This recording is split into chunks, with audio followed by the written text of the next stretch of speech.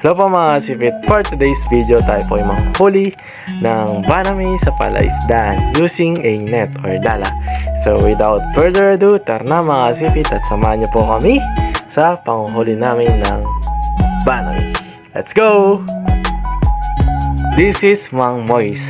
He was a legend in terms of catching a prawn because according to him, he was doing this for 2 years, catching a prawn using a net in the pond and in the river. That's why he was considered as a legend in this kind of work.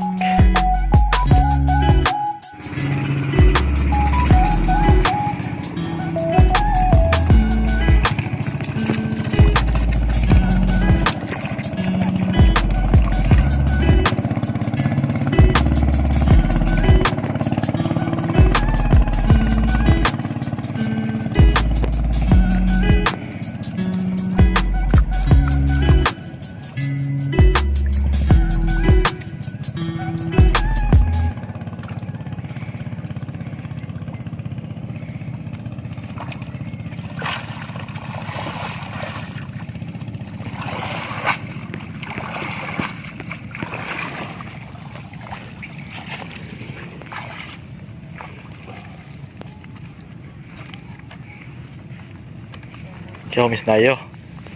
Yomis tayo.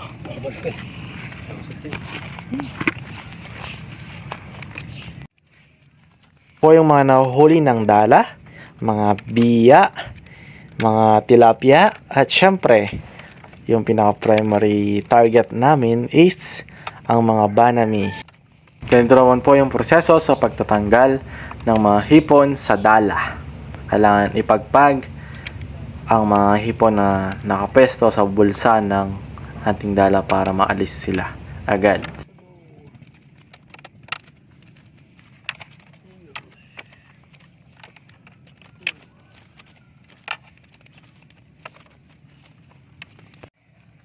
Ito naman po si Mang Mario, isa rin pong legend sa larangan ng pagbabantay, pag-manage ng palaisdaan because he was doing this kind of work for about 10 to 15 years according to him. That's why sobrang dami niya pong experience and knowledge kung paano mag-manage at mag-handle at kung ano yung mga trabaho sa palaisdaan.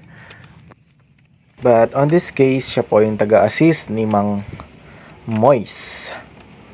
Po yung nag-a-assist, naglalagay ng mga hipon sa lalagyan. At sa mga lalagyan din ng mga tilapia, mga isda na nahuli sa pandadala.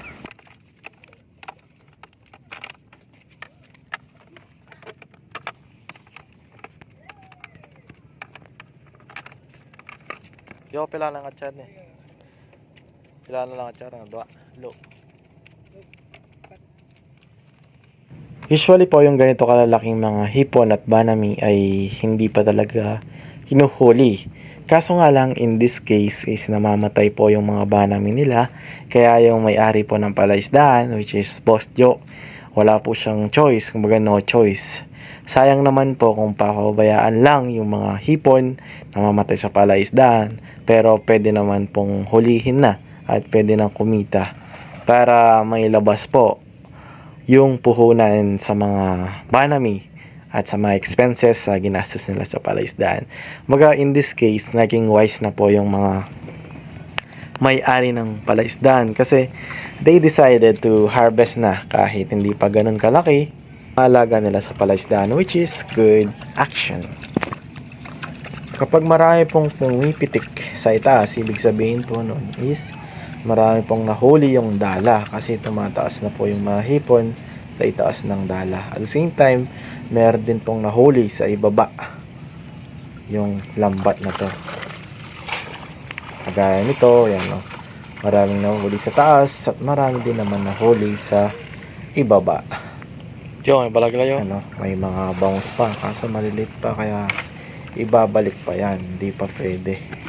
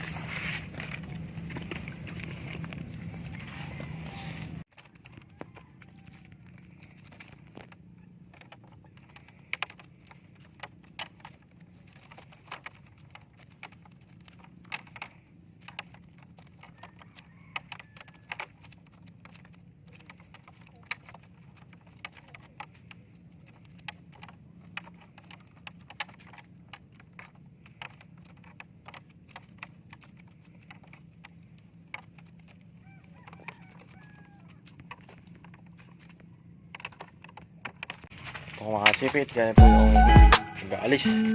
Ngipon. Plak.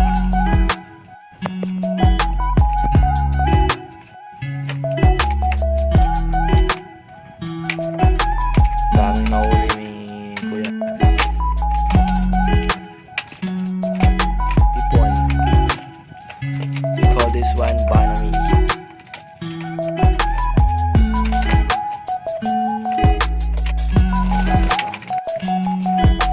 Agis lang po yan.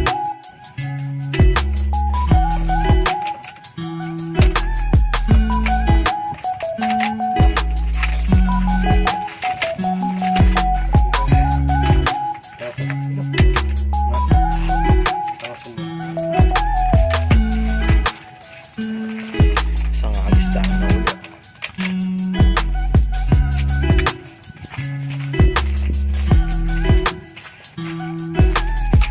Yo, ang merenda mo, yo? Ang merenda mo? Kapak ang merenda? Olas, Jess.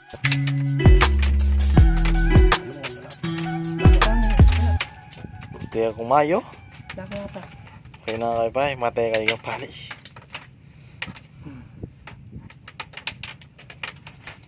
Ay, batang manuli ko.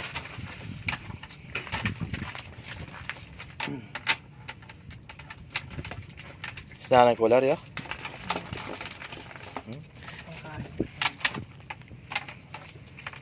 Ayaw, sana. Isang pagkain. Babo.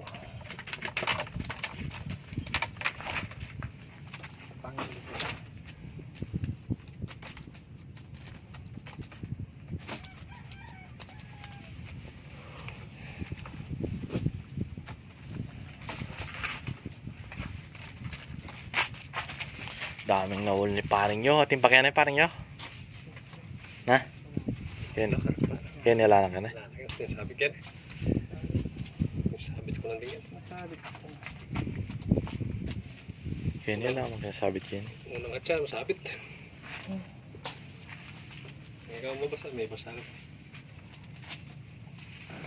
Ang ganito pong uri ng trabaho ay hindi po siya madali. Kasi unang-una po is naka-expose ka sa mga init na araw. At the same time is lulusong ka pa sa palaisdaan. At sila po ay mag-harvest or manguhuli ng mga hipon sa loob po ng 10 to 8 hours. Maghapon po, iyon mga kasipit. Pero we all know that wala naman talagang madaling trabaho. Lahat naman mahirap. Kailangan talaga ng sipag at tiyaga sa mga uri ng trabaho na meron ang bawat isa.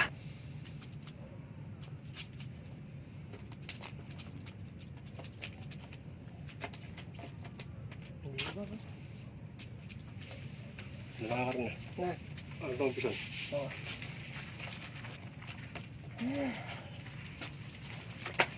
Yo, merienda yo.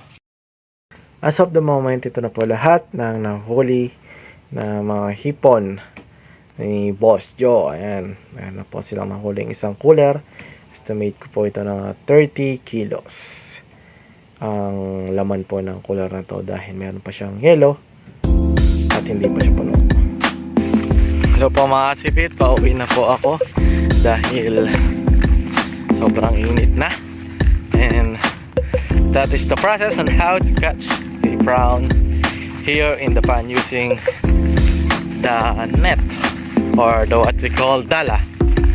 And if you have any question about this video, please comment down below. And by the way, thanks for watching and see you next vlog. Bye bye.